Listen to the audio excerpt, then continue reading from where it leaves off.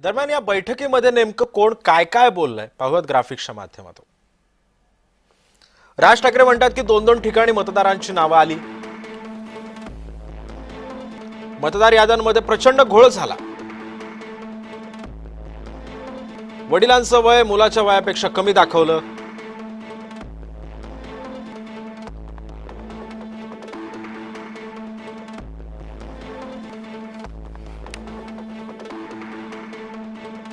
त्यामुळे आपण पाहतोय की काय बैठकीमध्ये घडलं, कोण काय बोललं हे पाहतोय आपण। राज ठाकरेंचं बोलणं काय होतं हे आपण पाहिलं।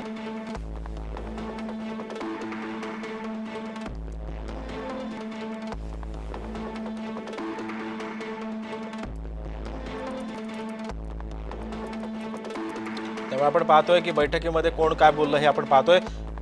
राज ठाकरेंनी असं सांगितलेलं होतं की मतदार याद्यांमध्ये प्रचंड घोळ झालेला होता, एकाच नावाची दोन व्यक्ती होत्या,